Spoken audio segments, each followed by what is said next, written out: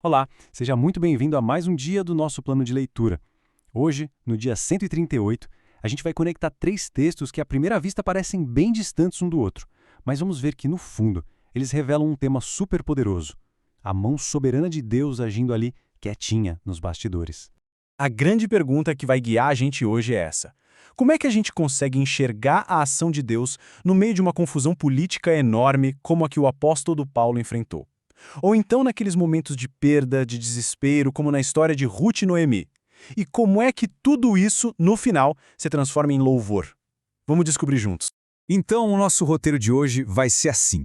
A gente começa na intriga política lá em Atos, depois mergulha na jornada pessoal de lealdade em Ruth, e aí o Salmo 47 vai jogar a nossa perspectiva lá para cima, para o nível cósmico, para depois a gente fechar com uma reflexão. Bom, para começar, a gente entra num verdadeiro drama de tribunal. O apóstolo Paulo está no meio de uma tempestade política, religiosa, e o futuro dele está literalmente por um fio. A situação do Paulo era extremamente delicada. Pensa só, ele já estava preso há 2 anos, os acusadores não queriam só condenação, não. Eles estavam planejando uma emboscada para matar o cara. E para completar, o governador novo, um tal de Festo, estava mais preocupado em agradar a elite local do que em fazer justiça. Era um cenário de risco altíssimo. E aqui a gente vê a escadinha do poder. Lá na base, o Paulo, enfrentando seus acusadores. Acima dele, o governador Festo, que, para fazer um favor para os líderes judaicos, não sabe bem o que fazer e acaba consultando o rei Agripa, que entendia mais dos assuntos da região. Mas o Paulo, percebendo que ali não ia ter julgamento justo, faz uma jogada de mestre que muda todo o tabuleiro. E que jogada! Como cidadão romano, Paulo tinha o direito de levar seu caso direto ao imperador. Com essa frase, uma só, ele pula toda a política local e redireciona seu destino para Roma, que, por acaso, era exatamente o lugar para onde Deus já tinha dito que ele iria. E essa parte é genial, mostra a ironia da situação. Para o Festo, o governador romano, aquilo tudo era só uma briguinha religiosa sobre um certo Jesus. Ele não estava entendendo nada. Mas é exatamente aí, na ressurreição de Jesus, que está o centro de tudo. A mão de Deus estava movendo a história através da confusão e dos interesses políticos dos homens. Agora a gente sai do grande palco do Império Romano e entra na história íntima, super comovente de duas viúvas.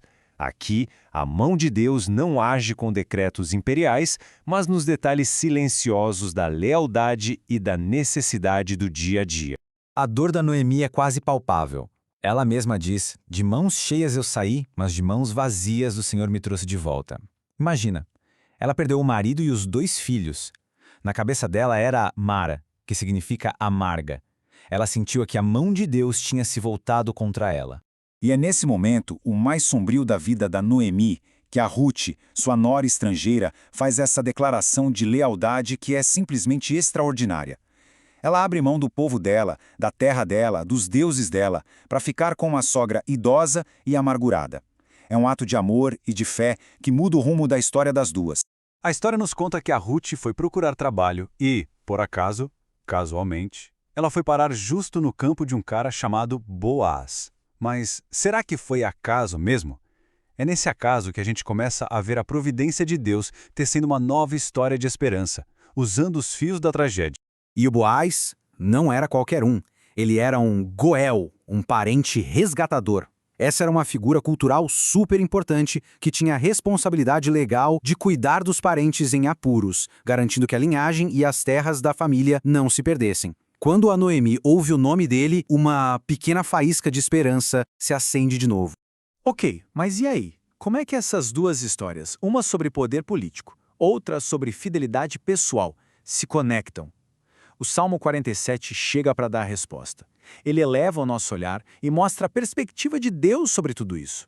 O Salmo já começa explodindo em alegria, com um chamado para todo mundo, todos os povos, baterem palmas e aclamarem a Deus com cantos de alegria, em voz alta. É um convite vibrante para a gente reconhecer quem é que está, de fato, no controle de tudo.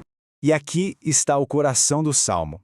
O mesmo Deus que governa os impérios e as nações, como a gente viu em Atos, é o Deus que cuida de uma viúva estrangeira num campo de cevada em Belém. O reinado dele é absoluto, tanto nas coisas gigantes quanto nas pequenininhas. Então, vamos amarrar todas essas pontas e ver o que a gente pode levar dessa leitura de hoje. A mensagem fica bem clara, né? Em Atos, a gente vê a soberania de Deus guiando a história, usando até os grandes impérios para cumprir seus planos. Em Ruth, a gente vê a providência de Deus nos pequenos detalhes, naquelas coincidências da vida.